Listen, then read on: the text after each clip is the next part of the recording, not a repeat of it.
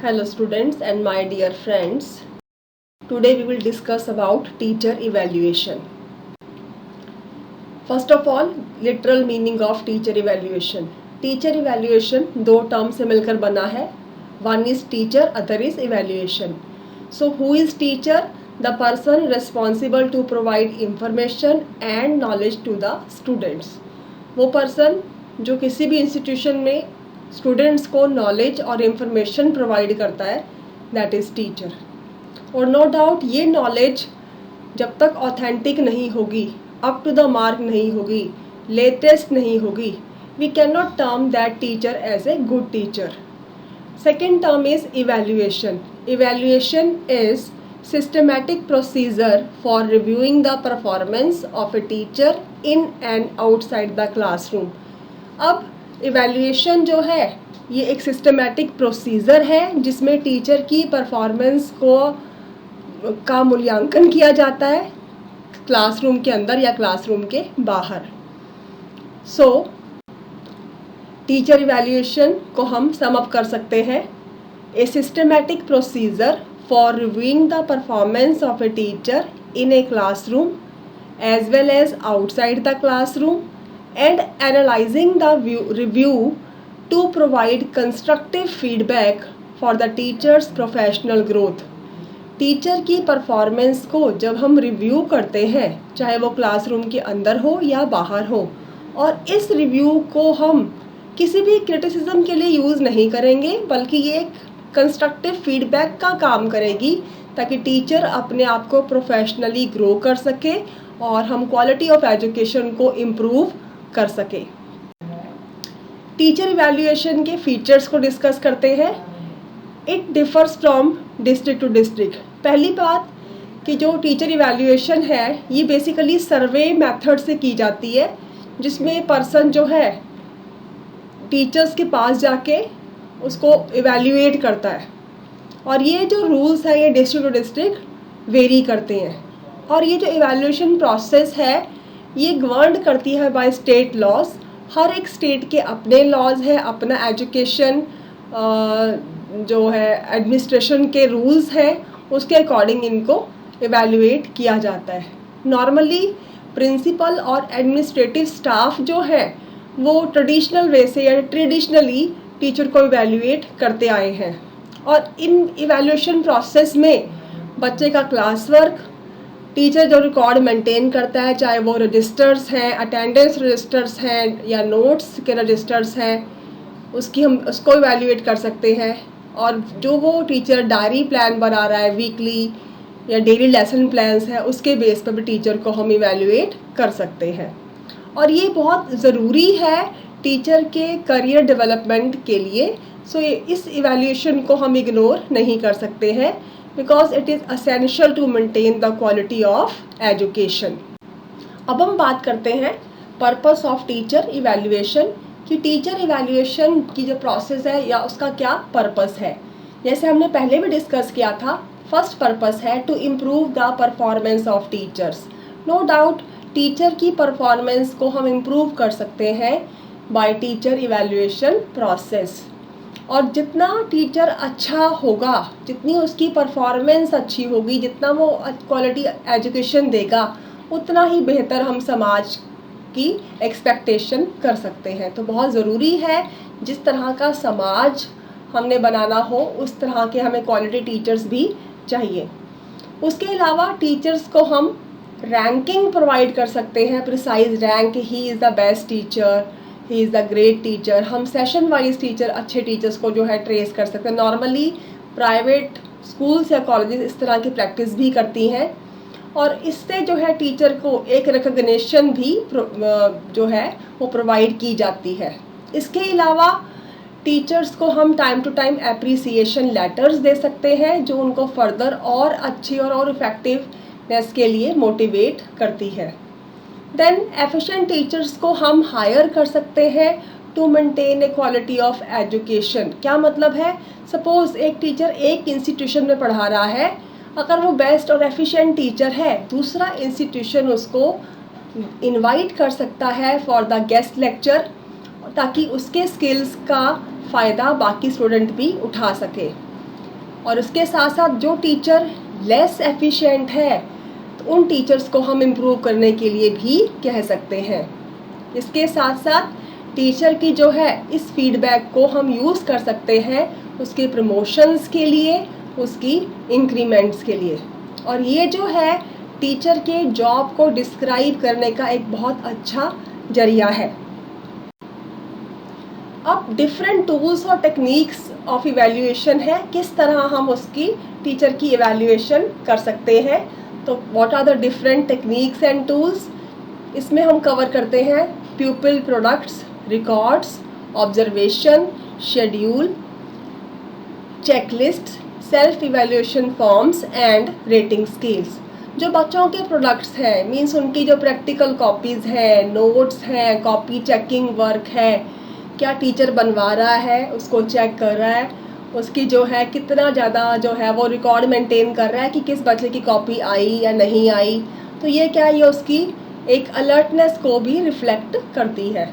Records, teacher के अपने registers, अपने डेली डायरी जो रिकॉर्ड्स हैं, लेसन प्लान रिकॉर्ड्स है, whether one is maintaining that records, ये भी उसकी जॉब के लिए सिंसियरिटी को डिपिक्ट करती है। इसके अलावा हम बात करते हैं नेक्स्ट टूल्स की थ्रू स्लाइड्स।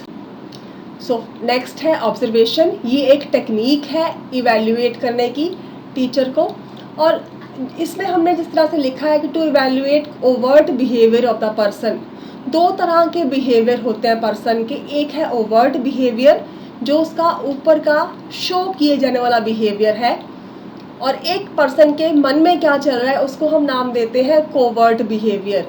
तो नो डाउट किसी के मन में क्या चल रहा है वो तो हम नहीं चेक कर सकते, मगर वो पर्सन कितने बजे आ रहा है, क्या क्लास ले रहा है, क्या पढ़ा रहा है, इस तरह की चीज़ों को हम ऑब्जर्व कर सकते हैं। So this technique is to evaluate the overt behaviour of the person. और इस प्रोसेस में हम एक या एक से ज़्यादा पर्सन को ऑब्जर्व कर सकते हैं और चेक कर सकते हैं actually what is happening in reality, कि वो क्या कर रहे हैं, पढ़ा रहे हैं, नहीं पढ़ा रहे हैं, कितनी सिंसियरिटी से पढ़ा रहे हैं। और इन रिकॉर्ड्स को हम एक प्लान्ड स्कीम के थ्रू यूज़ कर सकते हैं। और ये ऑब्जर्वेशन कई बार हम प्लान्ड वे में भी करते हैं, when principal is taking round and classes are going on. तो इस तरह की ऑब्जर्वेशन को हम प्लान्ड ऑब्जर्वेशन करते हैं, जिसमें एक प्रिंसिपल चेक कर रहा है कि सब टीचर्स पढ़ा रहे हैं, स्टूडेंट्स पढ़ रहे हैं, और कई बार ये अनप्लान्ड भी हो सकती है। नेक्स्ट है schedule. Schedule is a tool to use in the technique of an interview. ये जो है एक टूल है जिसको हम इंटरव्यू की टेक्निक में यूज़ करते हैं। जिस तरह से आपने टीवी प्रोग्राम्स देखे होंगे, रजत शर्मा का शो ज़रूर देखा होगा जहाँ पर वो क्वेश्चनिंग जो है करता है।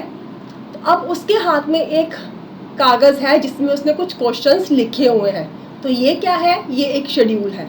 मीन्स हमारे हाथ में जो पेपर है उसमें हमने क्या लिखा हुआ है कि हमने कौन कौन से क्वेश्चंस पूछने हैं, और इसको अगर हम साथ साथ भर भी लें कि अगला क्या रिस्पॉन्स कर रहा है, तो वो क्या हो जाएगा, वो सिस्टमैटिक शेड्यूल को यूज़ करना हो जाएगा। So what it is a device को हम टूल भी नाम देते हैं, consisting of a set of questions which are asked and filled by the interviewer.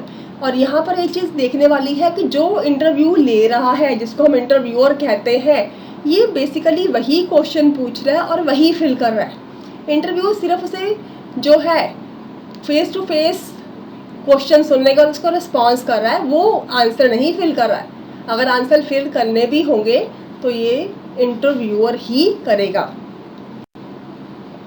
Next है चेकलिस्ट। चेकलिस्ट क्या है, एक ऐसी लिस्ट जिसमें हमने कुछ ट्रेट्स जो है उसको हमने लाइंस के फॉर्म में लिखा हुआ है। मीन्स कि हमने क्या क्या ऑब्जर्व करना है उसके हमने पॉइंट्स बना लिए, और उन पॉइंट्स के आगे हमने येस और नो जो है वो लिख लिया उनके एंड में। और अब हम क्या कर रहे हैं, जिस भी टीचर को इवैल्यूएट कर रहे हैं हमने उसका नाम लिख लिया। अब वो पॉइंट्स हम बार बार पढ़ के और उसके आगे येस और नो पे हम टिक मार्क लगा देंगे कि कौन सी पर्सनैलिटी या कौन सा ट्रेट हमने देखा। ट्रेट मीन्स करेक्टर, कि हमने कौन सा करेक्टर उसमें देखा, whether that character is lying in that teacher और नॉट। तो वहाँ येस या नो पर हम उसमें टिक मार्क कर देंगे। जैसे एग्जाम्पल देखा, यहाँ पे हमने फर्स्ट पॉइंट लिया है वेदर ही और she is a punctual teacher. अब अगर आपको लगता है पंक्चुअल है तो आप येस पर टिक कर देंगे, और अगर आपको लगता है नहीं है तो आप नो पे टिक कर देंगे। तो जहाँ पर हम टिक मार्क की प्रोसेस अडॉप्ट करते हैं, इस तरह के जो लिस्ट हमारे पास है पॉइंट्स की, इसको हम नाम देते हैं चेक लिस्ट्स। नेक्स्ट है सेल्फ इवैल्यूएशन फॉर्म्स। कई बार टीचर जो है अपनी इवैल्यूएशन खुद करता है, और ये ज़रूर की जानी चाहिए हर टीचर के थ्रू, ताकि वो अपने आप की एनालिसिस कर सके, अपने आप को इम्प्रूव कर सके। And this type of process is termed as self evaluation, और इसके लिए हम यूज़ करते हैं सेल्फ इवैल्यूएशन फॉर्म्स, जिसमें कुछ क्वेश्चंस हमने लिखे हैं।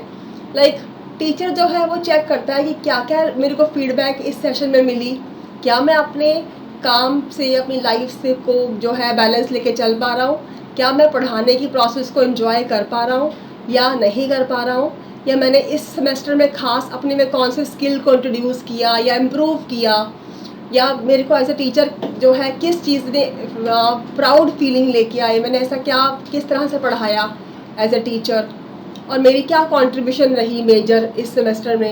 इस तरह के जो क्वेश्चंस हैं बेसिकली आप अपने आप को इवैल्यूएट करने के लिए और अपने आप को इम्प्रूव करने के लिए यूज़ करते हो। नेक्स्ट है रेटिंग स्केल। रेटिंग स्केल इस तरह का टूल है जिसमें हमने सपोज एक स्ट्रेट लाइन जो है बना ली, और उस लाइन में हमने जो है पॉइंट्स लगा लिए। जिस तरह से हमने जो यहाँ पर एग्जाम्पल लिया है, हमने 3 पॉइंट्स लगाए हैं। अब उन पॉइंट्स पर हमने करेक्टर्स लिख लिए, और एक तरफ हमारे पॉजिटिव करेक्टर है, सेंटर में जो है न्यूट्रल करेक्टर होगा, एक तरफ पॉजिटिव है और एक तरफ नेगेटिव है। अब हमने क्या करना है कि चेक करना है कि वो उस पर्सन के लिए कौन सा करेक्टर एप्लीकेबल है। जिस तरह से हमने यहाँ पे लिया है 3 point rating scale showing quality of lecture. आपने कोई लेक्चर लगाया, अब आपने आपके हाथ में रेटिंग स्केल था जिसमें आपने स्केल पर 3 पॉइंट बनाए हुए थे। सेंटर में आपने लगाया न्यूट्रल पॉइंट, एवरेज, एक तरफ आपने लिख लिया इफेक्टिव और दूसरी तरफ लिख लिया अनइफेक्टिव। क्या वो लेक्चर एवरेज था, इफेक्टिव था या अनइफेक्टिव था, इस स्केल में आपने टिक मार्क कर लेना है। So it means rating scale is a scale with a set of points which describes varying degrees of an attribute. जिस एट्रीब्यूट को हमने ऑब्जर्व करना है उसको हमने जो है अलग अलग डिग्रीज में, कि अच्छा है, नहीं है, ज़्यादा है, कम है, हमने उसको लिख लेना है। जैसे आपको अभी भी डिस्कस किया, सेंटर में न्यूट्रल पॉइंट आएगा और एक तरफ जो है उसी ट्रेड के पॉजिटिव करेक्टर और दूसरी तरफ उसके नेगेटिव करेक्टर, और इसको हम डिफरेंट पॉइंट्स में बना सकते हैं। सपोज अब इसी को हमने 5 पॉइंट रेटिंग स्केल बनाना होता तो इसमें हम यहाँ पर लिखते हैं वेरी इफेक्टिव। इफेक्टिव के साथ हम एक और लाइन जो है स्ट्रेट लंबी करके उसके आगे एक और पॉइंट बना लेंगे वेरी इफेक्टिव, और अनइफेक्टिव के बाद एक और पॉइंट लगा लेंगे वेरी अनइफेक्टिव। इसका मतलब जितना बड़ा हम स्केल यूज़ करेंगे 3 पॉइंट, 5 पॉइंट, 7 पॉइंट, उतना ज़्यादा हमारे लिए मुश्किल हो जाएगा कि वेरी इफेक्टिव, और सपोज मेरा 7 पॉइंट स्केल है तो वेरी वेरी इफेक्टिव। अब एक वेरी इफेक्टिव और 2 वेरी वेरी इफेक्टिव में डिफरेंशिएट करना मेरे खुद के लिए एक प्रोसेस जो है टीडियस हो जाएगी। सो बेटर है जितना हम छोटा रेटिंग स्केल यूज़ करते हैं, नॉर्मली जो ट्रेडिशनली जो है 5 पॉइंट रेटिंग स्केल को यूज़ किया जाता है। This is all about this lecture. If you like it please subscribe and share. Thank you so much.